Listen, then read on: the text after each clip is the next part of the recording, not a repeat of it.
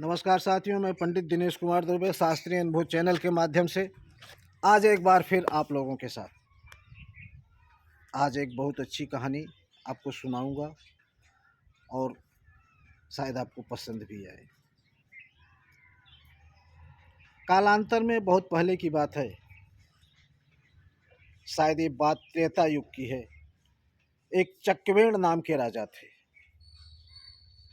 चक्रवेण नाम के राजा बहुत ही बड़े धर्मात्मा थे। वो प्रजा से जो भी कर लेते थे उसका एक भी हिस्सा या आप एक भी प्रतिशत कह लीजिए अपने कार्य में नहीं लगाते थे, अपने यूज में नहीं लेते थे।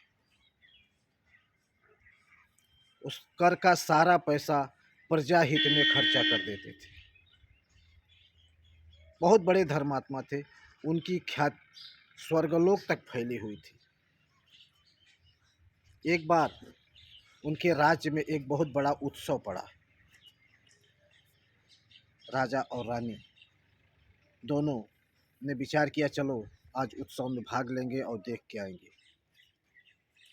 वहाँ गए तो वहाँ जाकर देखते हैं वहाँ की महिलाएं सुंदर वस्त्रों के साथ अच्छे अच्छे आभूषणों से सब लदी हुई हैं।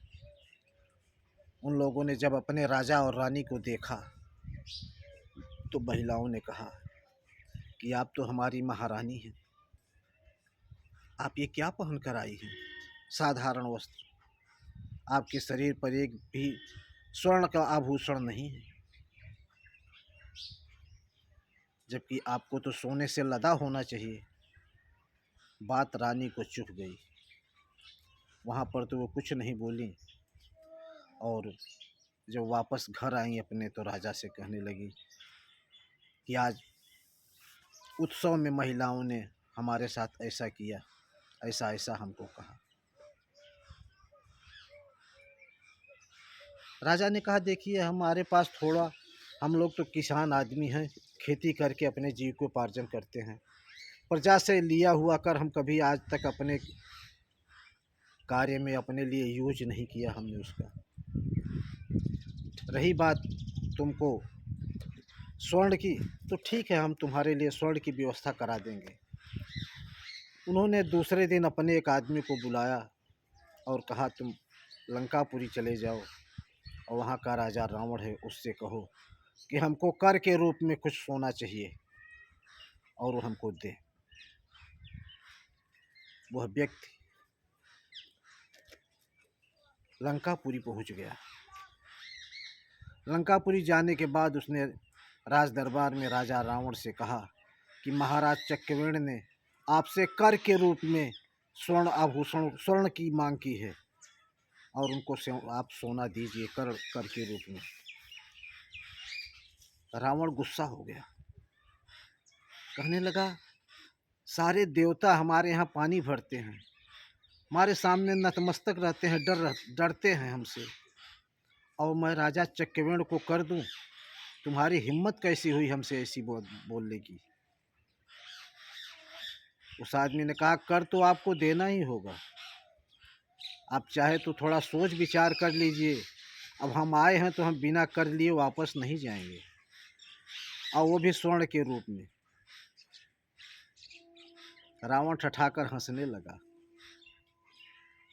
कहा, कहाँ राजा भोज, जो कहाँ गंगू तेली वाली एक कहावत है, वो कहा कि जिसके सामने सारे देवता नतमस्तक रहते हैं, डर डर कांपते हैं, उनसे तुम कर मांगने आए हो। जाओ, मैं कुछ नहीं देता और चले जाओ, नहीं तो हो सकता है तुमको भी उचित दंड दिया जाएगा। बात महारानी मंदोदरी तक पहुंच गई। मंदोदरी एक पतिव्रता स्त्री थी। उसे राजा चक्रवेण के बारे में मालूम था कि महाप्रतापी राजा हैं और बहुत बड़े धर्मात्मा हैं।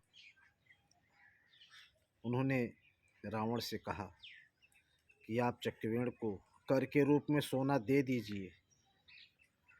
रावण कहा, नहीं, असंभव है। जिससे सारा संसार डरता है, जिसके आदेश का पालन सारा संसार करता है, वो राजा चक्रवेण को कर के रूप में सोना दे ऐसा तो हो ही नहीं सकता। मंदोदरी ने कहा ठीक है, इसका फैसला सुबह छत पर करेंगे। मंदोदरी सुबह रावण को लेकर छत पर गई। वहां कबूतरों को दाना डाल रही थी और कहा कि आपको महाराज रावण की सौगंध है, अगर एक भी दाना चुना तो। अब कह के दाना फेंक दिया। कबूतर सब दाना चुनने लगे।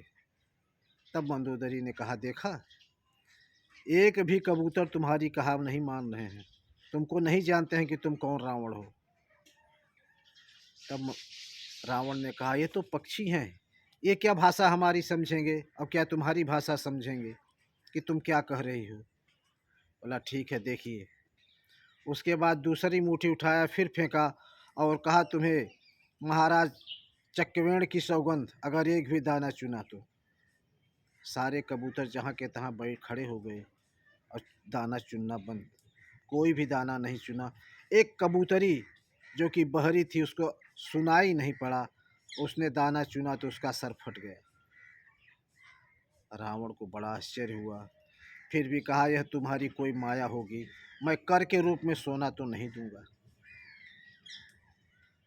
और चला गया अपने राज दरबार में।